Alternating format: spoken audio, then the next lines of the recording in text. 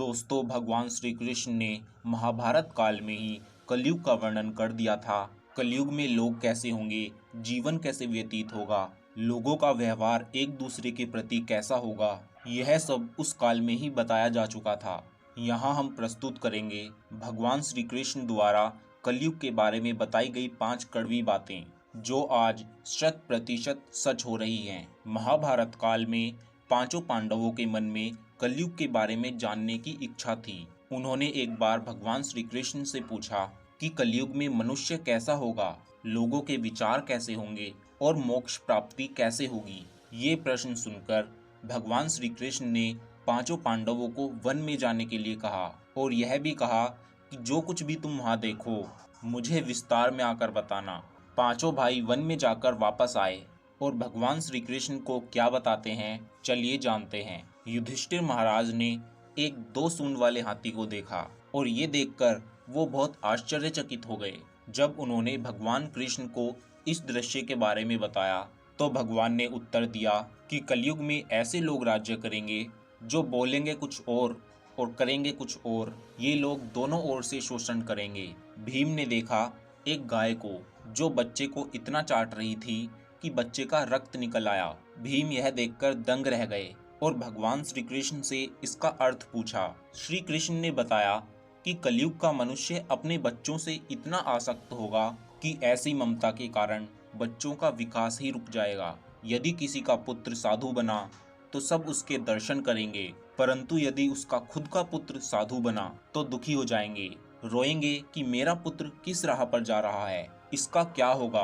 कलयुग में लोग बच्चों को मोह माया और परिवार में बांधकर ही रखेंगे और उसका जीवन वहीं नष्ट हो जाएगा। फिर भगवान ने वास्तविकता बताते हुए कहा कि तुम्हारे पुत्र तुम्हारे नहीं बल्कि उनकी पत्नियों की अमानत हैं, पुत्रियां उनके पतियों की अमानत हैं। यह शरीर मृत्यु की अमानत है और आत्मा परमात्मा की अमानत है।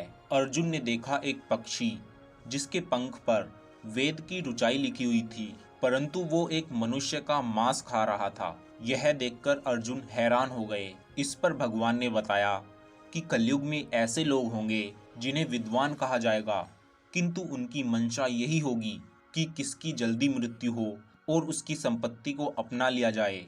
व्यक्ति का ओहदा चाहे कितना भी बड़ा होगा, किंतु उसकी दृष्टि दूसरे की संपत्ति पर ही रहेगी। ऐसे लोग बहुत होंगे जो दूसरे के धन को छीनने के आतुर होंगे। वास्तविक संत तो कोई कोई ही होगा। नकुल ने देखा कि एक भारी चट्टान पर्वत से गिरी और बड़े से बड़े वृक्ष भी उसे नहीं रोक पाए, परंतु एक छोटे से पौधे से टकराकर वह चट्टान वहीं रुक गई। इसका अर्थ बताते हुए श्री कृष्ण ने कहा कि कलयुग में मनुष्य की बुद्धि क्षीण होगी, उसका जीवन पतन होगा और इस पतन को धन या सत्ता के वृक्ष रोकने में सक्षम नहीं होंगे, किंतु हरिनाम रूपी एक छोटे से पौधे से मनुष्य का जीवन पतित होने से रुक जाएगा। हरि कीर्तन से मनुष्य की बुद्धि प्रबल होगी। सहदेव ने वन में अनेकों कुएं देखे, जिनमें से केवल बीच का कुआं खाली था, जो कि सबसे गहरा था। कृष्ण ने इसका अर्थ बताया कि कलयुग में धनी व्यक्ति अपने शौक के लिए पुत्री विवाह में, उत्सवों में बहुतायत में धन खर्च करेंगे, परंतु किसी भूखे को देखेंगे तो उसकी सहायता करने में किसी को कोई रुचि नहीं होगी। इंद्रियों की संतुष्टि, मदिरापान, मांस भक्षण और व्यसन में धन खर्च किया जाएगा। जो लोग ऐसे व्यसनों से दूर रहेंगे उन पर कलयुग का नहीं बल्कि परमात्मा का प्रभाव रहेगा। तो दोस्तों, ये हैं कलयुग के 5 कड़वे सत्य जो भगवान श्री कृष्ण द्वारा बताए गए थे